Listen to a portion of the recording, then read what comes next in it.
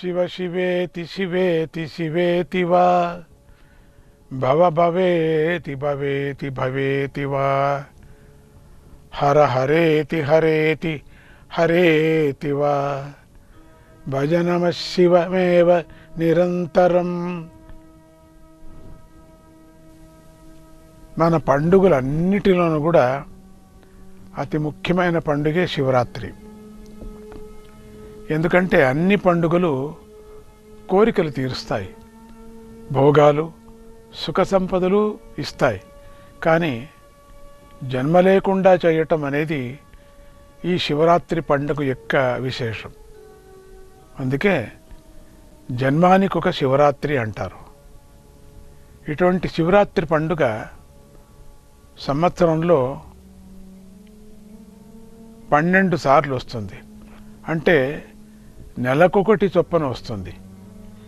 ఈ శివరాత్రులను మాస శివరాత్రులు అంటారు.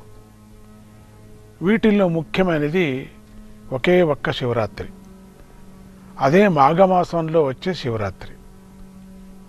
ఈ మాసంలో బహుళ చతుర్దశి నాడు వచ్చే శివరాత్రి అంటే పరమేశ్వరుడికి చాలా ఇష్టం. ఈ రోజునే స్వామి అర్ధరాత్రి పూట లింగాకారంలో ఆవిర్భవించాడు. కనుక ఈ శివుడు పుట్టినరోజు నాడు భక్తులు పరిపూర్ణ భక్తి విశ్వాసాలు కలిగి ఉండాలి. అప్పుడు భోళాశంకరుడు భక్తులకు భుక్తిని ప్రసాదిస్తాడు, ముక్తిని ప్రసాదిస్తాడు. కనుక ఈ రోజున ఆరోగ్యం కలవారు తప్పనిసరిగా నియమాలు పాటిస్తూ నిష్టగా శివరాత్రి వ్రతాన్ని ఆచరించాలి. తెల్లవారుజామునే లేచి స్నానం మొదలైన నిత్యకర్మలను పూర్తి చేసుకోవాలి. ఇంద్రియ నిగ్రహం కలిగి రోజంతా ఉపవాసం ఉండాలి. ఎవరితోనూ మాట్లాడకుండా మౌనవ్రతం పాటించాలి. తర్వాత మళ్ళీ రాత్రిపూట స్నానం చేసి శివాలయానికి వెళ్ళి శివుడికి అభిషేకం చేయించుకోవాలి. వీలు లేకపోతే ఇంట్లోనే శివుడికి అభిషేకం చేయాలి. తర్వాత బిల్వపత్రాలతో శివుణ్ణి పూజించాలి. అనంతరం శివపురాణ గాథలను వినాలి, శివనామ సంకీర్తన చేయాలి. ఇలా శివుడికి సంబంధించిన సత్సంగంతో రాత్రి సమయం అంతా జాగరణ చేయాలి.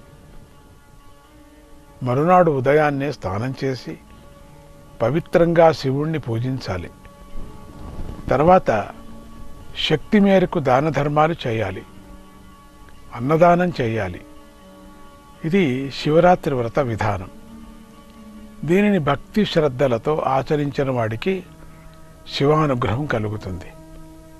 ఈ వ్రతాన్ని శివరాత్రి నాడు ఒక్కసారి అయినా ఆచరించాలి. అలా ఆచరించిన వాడికి 1000 జన్మాల్లో చేసిన పాపాలన్నీ నశిస్తాయి. ఈ రోజున ఉపవాసం ఉండటం అంటే మనస్సంతా శివుడి పక్షంలో ఉంచటం అని అర్థం. కనుక మనస్సును శివుడి మీద నిలపాలి. జాగరణం అంటే క్షణక్షణము శివుణ్ణి చింతిస్తూ సద్భావాన్ని కలిగి ఉండటం అని అర్థం. కనుక ఈ పవిత్ర సమయాన్ని శివుడి కోసమే వినియోగించాలి. ఈ శివరాత్రి మంగళకరమైన రాత్రి, వరాలను కురిపించే రాత్రి. కనుక ఈ రోజున తప్పనిసరిగా ఇంద్రియాలను నియంత్రించుకోవాలి. లౌకిక వాంఛలు తీర్చుకోకూడదు, అది పాపం. పూర్తిగా మనస్సులో శివుణ్ణే నిలుపుకోవాలి. శివుడి కోసమే పని చేయాలి. అసలు ఈ నియమాలన్నీ ఎందుకు అంటే, నియమాలు పాటించటం వల్ల ఇంద్రియాలకు వశులం కాకుండా ఉంటాం. ఇంద్రియాలు మనల్ని నడిపిస్తే మాత్రం మనం పతనమైపోతాం. అలా కాకుండా శివానుగ్రహంతో నియమాలు పాటించి మనమే ఇంద్రియాలను నడిపిస్తే పతనం కాకుండా ఉంటాం, ఉన్నత స్థితికి చేరుతాం. నియమాలు పాటించకపోతే మాత్రం పెద్ద అనర్థం జరుగుతుంది. వెనుకటి జన్మల నుంచి ఈ జన్మ వరకు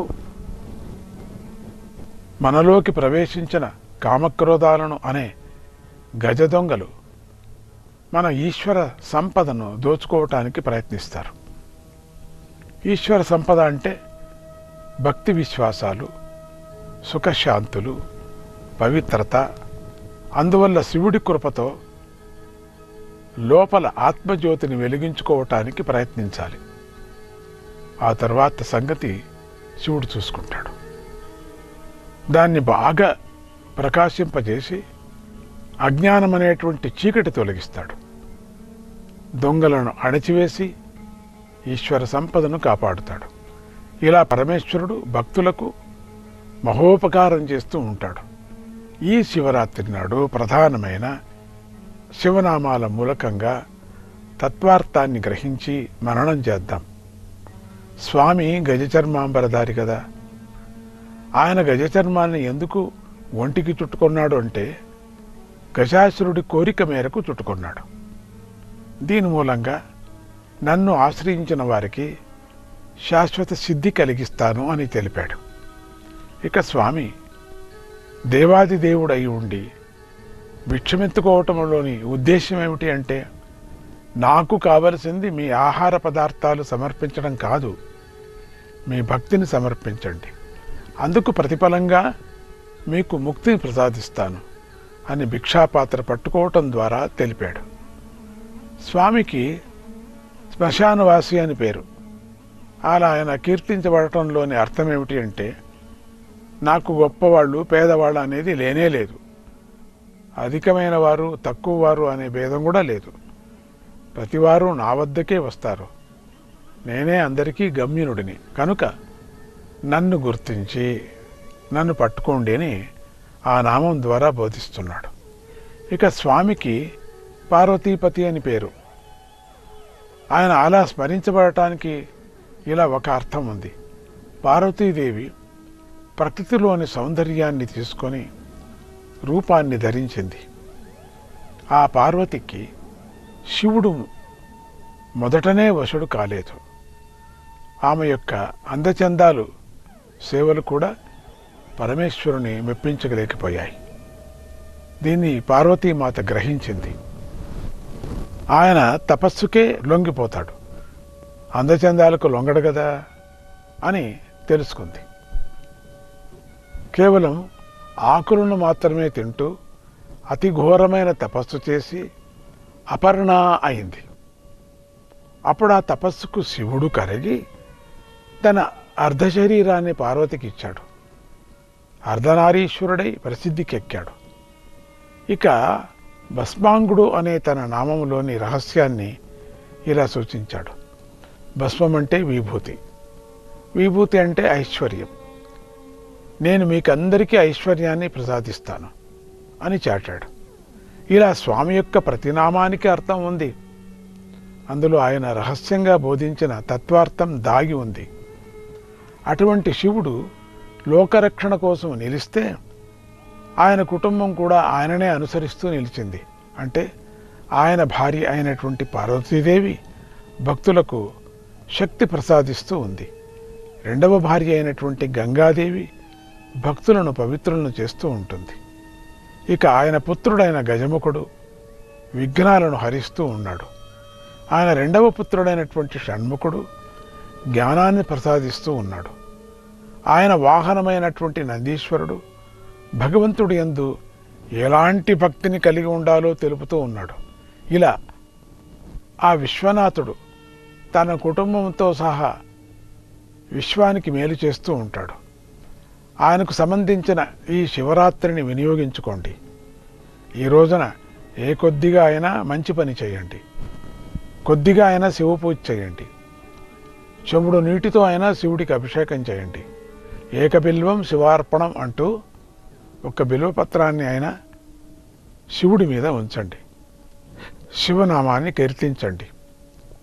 శివుడి యొక్క దృష్టి మీ మీద ప్రసరించి మీ జన్మ ధన్యమవుతుంది, మీ కోరికలు తీరుతాయి.